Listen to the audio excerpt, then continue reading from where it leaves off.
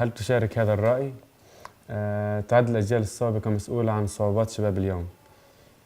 الأجيال السابقة ما ظنش، ما لهاش دخل.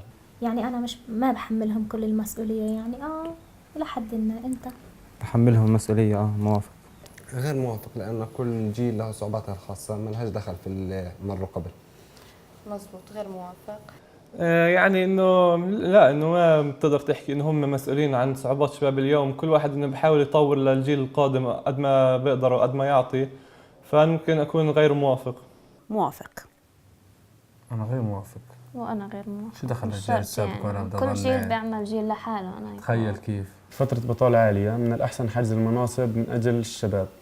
برضو الشباب لازمهم شغل، لأن الشغل هالأيام قليل. غير موافق.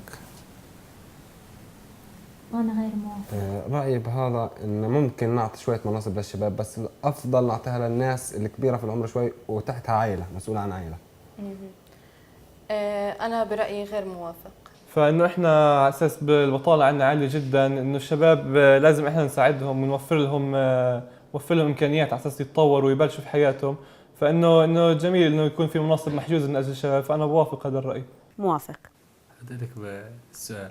في فترة بطالة عالية من الأحسن حجز المناصب من أجل الشباب؟ لا طبعا، مش شرط. يعني ما بتنطر بس على الشباب. بعدين الشباب في شباب وفي بنات. الشباب نوعين، مش حسب المخ كيف بيكونوا. يعني الذكر والأنثى. بالضبط، شاملتين. هنالك الكثير من المسنين هم بيلحقوا يعيشوا أصلا ولا احتلال قضاء عليهم بالمرة. فنحطها لا. نعم. شو رأيك؟ أكيد نسبة عالية. نسبة المسنين عندنا قليلة أظن بالنسبة للدول الثانية، عشان ظروف المعيشة عندنا صعبة، أصعب من الدول الثانية. فلا، بتوقع إنه مش كتيرة، فجواب لا. واحنا مجتمع شبابي اكثر يعني. ولكن اكيد هناك يعني نسبه من المسنين في مجتمعنا، ولكن ليس الكثير. فاروح مع جواب لا. نعم. كثير مش من هالكثير. المسنين؟ لا، أنا ما بشوفهم في نسبة كبيرة من المسنين يعني.